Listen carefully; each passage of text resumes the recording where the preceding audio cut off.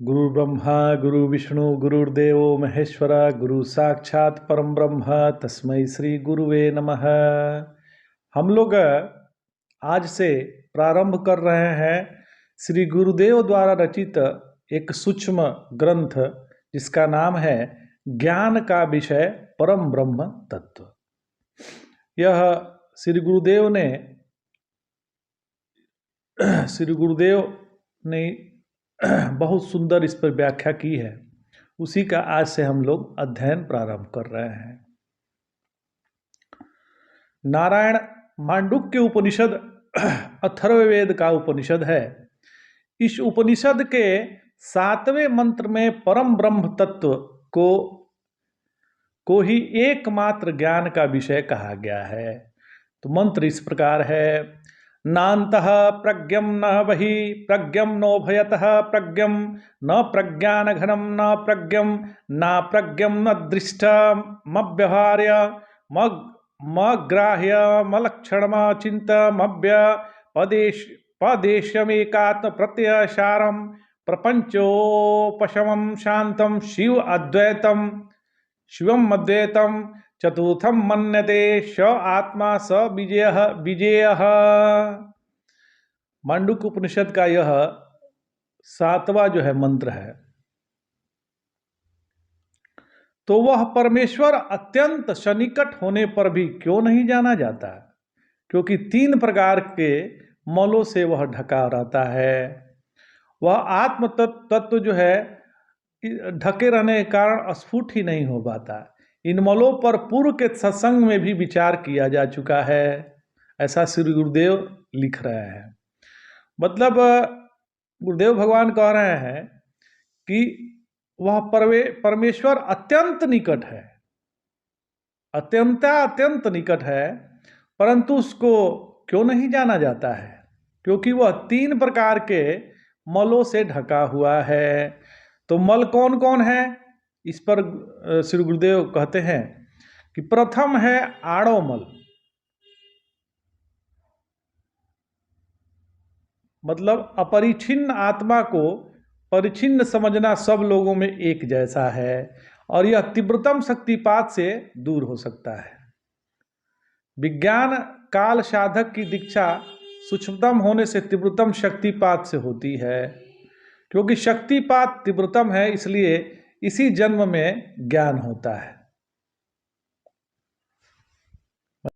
तो क्योंकि शक्तिपात तीव्रतम है, इसलिए इसी जन्म में ज्ञान होता है। विज्ञान कल साधक को दीक्षा काल में ही सद्यः ज्ञान होता है। तो नारायण कुछ मल कर्मज है। कर्मज मल युक्त साधक को प्रलया काल कहते हैं। प्रलया काल में मल कर्मज होने के कारण उन्हें दूर करने में समय सापेक्षता होती है। कर्मज मल प्रत्येक जीव के अलग अलग होते हैं।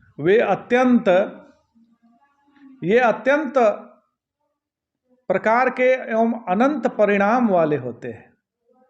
पर कर्मज फल भी दीक्षा मिलने पर जन्म के अंतिम समय तक नष्ट अवश्य हो जाते हैं।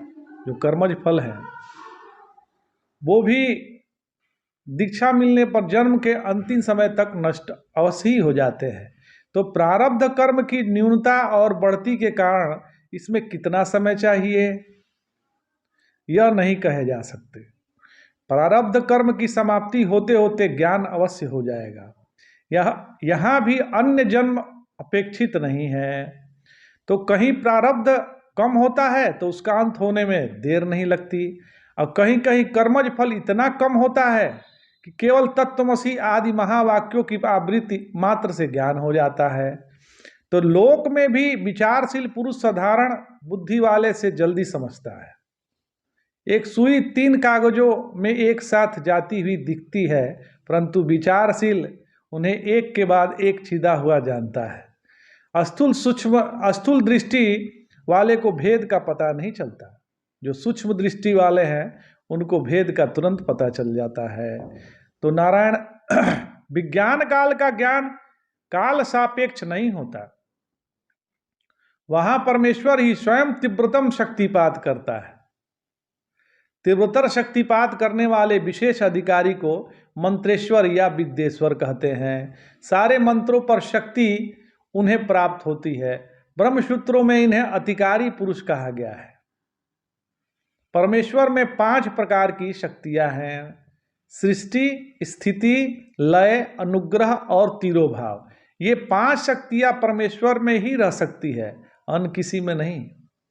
इसका नियामक सब काल में वही रहता है।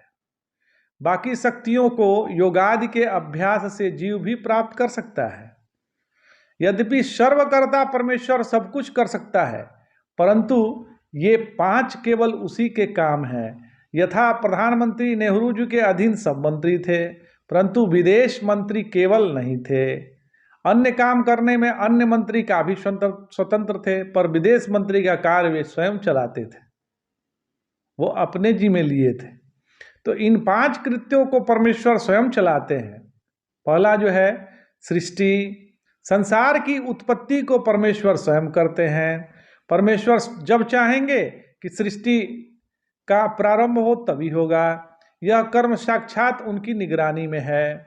और दूसरा है उनका स्थिति, तो संसार कब तक स्थिर रहेगा यह भी निर्णय वही करते हैं। जहाँ समष्टि का संबंध है वहाँ परमेश्वर का हक है। जहाँ व्यष्टि का संबंध है वहाँ तत्त देवता जीव मानव स्वतंत्र हैं। यहाँ सृष्टि का मतलब मूल सृष्टि या पंच महाभूत की उत्पत्ति है, और स्थिति का अर्थ समष्टि की स्थिति या सारे महाभूत और जीवों की स्थिति है। इसी प्रकार संहार भी परमेश्वर के संकल्प से ही होता है। संहार भी उन्हीं का कार्य है। और चौथा है अनुग्रह। अनुग्रह भी भगवान का ही कार्य है, वो जीवों पे अनुग्रह करते हैं। और 5वां है तिरोभाव। तो तिरोभाव में भी परमेश्वर स्वतंत्र है। तिरोभाव का अर्थ होता है अपने को ढककर रखना, अपने आप को आवृत करके रखना। यह परमेश्वर की अपनी शक्ति है महाराज। ऐसे ही आविर्भाव या अनुग्रह, अपने को प्रकट करना भी अपनी अपनी शक्ति है। नारायण उपरोक्त कर्मों को वह स्वयं करता है, पर कर्म बिना व्यष्टि उपाधि के नहीं बनते। समष्टि उपाधि में जब तक व्यष्टि नहीं होती तब तक क्रिया नहीं बनती। एकोहम सृष्टि का कारण नहीं है। बहुश्याम के अंदर जो प्रक्षेप है, विभिन्न भागों में अपने को बांटना है, वह संकल्प व्यष्टि उपाधि को स्वीकार करके ही होगा, बनेगा। एकोहम समष्टिगत संकल्प है, बहुश्याम व्यक्तिगत संकल्प है। तो बहुत दूर से आपको कुछ आता हुआ नजर आता है, कोई चीज आ रही है, बहुत दूर से नजर आता है कि कोई चीज आ रही है, तो सारी चीज एक मालूम पड़ती है। नजदीक आने पर वह गाय दिखने लगती है। व्यष्टि की दृष्टि बनाने से बहुत बनेंगे। तो परमेश्वर ने पहले एकोहम का संकल्प किया। फिर प्रश्न उठता है कि क्या उस ज्ञान को छोड़कर बहुश्याम का संकल्प किया? क्या गायें आ रही हैं, इस ज्ञान से कोई चीज आ रही है, इस ज्ञान का बाध हो गया? तो नारायण यदि ऐसा मानेंगे तो परमेश्वर को अज्ञानी मानना पड़ेगा। तो यदि कहिए कि एकोहम रहते बहुश्याम हो गया तो सर्वथा विरोध होगा। तो एक ही आश्रय, एक ही काल में एकत्व और बहुत नहीं रह सकते। इस विषय में तत्व मीमांसकों का कहना है कि समष्टि दृष्टिया एकत्व रहते हुए भी व्यष्टि दृष्टिया बहुत्व एक ही काल में रहेगा। यथा सारे स्वप्न की दृष्टि से सोने वाला तो एक ही है, पर स्वप्न की दृष्टि से वह स्वप्न में 20 आदमी बन गया। मन ही 20 आदमी बन जाता है। तो स्वप्न के जीव की दृष्टि से वह 20 दिखने वाला आदमियों में एक था, पर जागरण की दृष्टि से तो वह एक ही है। स्वप्न में 20 बन गया था भले। तो इस प्रकार परमेश्वर समष्टि की दृष्टि से आज भी एकोहम है, लेकिन व्यष्टि की दृष्टि से बहुश्याम है। तो पंचकृत परायण जब व्यष्टि दृष्टि को अपनाएगा तभी वह बहुत होगा। परमेश्वर के साक्षात तादात्म्य वाली उपाधि में पंचकृत्य स्फुट होते हैं। परमेश्वर की अन्य उपाधियों में वह स्फुट होते नहीं। परमेश्वर की जगत की सृष्टि करता है तो अपने अनेक रूपों में तादात्म्य स्फुट करता है। विद्येश्वर और मंत्रेश्वर तो अनेक तादात्म्य वाले हैं और अनुग्रह शक्ति की प्रफुल्लता उनमें है। प्रलयाकाल के कर्मज मल को दूर करने के लिए परमेश्वर का संकल्प अनुग्रह का कार्य करते समय परमेश्वर का ही संकल्प है। तो इस शक्तिपात के कार्य विचित्र होते हैं। सूक्ष्मतर कार्य दृष्टि, सूक्ष्म स्पर्श और स्थूल शब्द है। विज्ञान काल में मानस क्रिया द्वारा प्रतिबंध नहीं पड़ता। दृष्टि, शब्द, स्पर्श, इन तीनों को दृष्टांत से समझा जा सकता है। तो अभी समझते हैं। एक कछुई मतलब टर्टल अपने बच्चों को पोषण जो है दृष्टि से देती है। उसकी नज़र बराबर बच्चों पर रहती है। यदि बच्चों को वह दृष्टि न मिले तो मर जाएंगे। कबूतर के अंडे या चिड़िया के अंडे यदि आप उसको छू दीजिए और फिर वहीं रख दीजिए तो कबूतरी फिर उस अंडे पर नहीं बैठेगी। चिड़िया अन्य व्यक्ति के द्वारा स्पर्श किए अंडे को त्याग देती है। इस प्रकार के ऐसी मछली होती है जिसको कोई अपनी उंगली दिखा दे तो वह मर जाती है। जिस प्रकार अपत्यों को कुर्मी अर्थात कछुई अपनी वीक्षण द्वारा पोषित करती है, स्वपात्यानि अर्थात कुर्मी वीक्षणेन पोष्यति, उसी प्रकार गुरु की दृष्टि मात्र कर्मों को नष्ट कर देती है। दृष्टि के द्वारा गुरु कर्मज मलों को जानकर उनका ज्ञान दृष्टि के द्वारा ही शिव्य को देता है। तो सकाशाय बीजानियात में कारिका रूप भगवान श्री गौड़पादाचार्य जी दृष्टि पर ही जोर देते हैं। भगवान श्री दक्षिणामूर्ति स्वामी विज्ञान कल्प को मौन के द्वारा ही दीक्षा देते हैं। भगवान शंकराचार्य जी के काल तक साधकों में कर्मज मल अधिक हो गया था, अतः वे दृष्टि पर ही अधिक जोर देते थे। नारायण गुरुदेव के श्रीमुख से सुना हूँ कि कहीं कहीं श्री गुरुदेव ने अपने गुरुदेव से सुना था कि कहीं कहीं ऐसा भी होता है कि दृष्टि मात्र से काम नहीं चलता।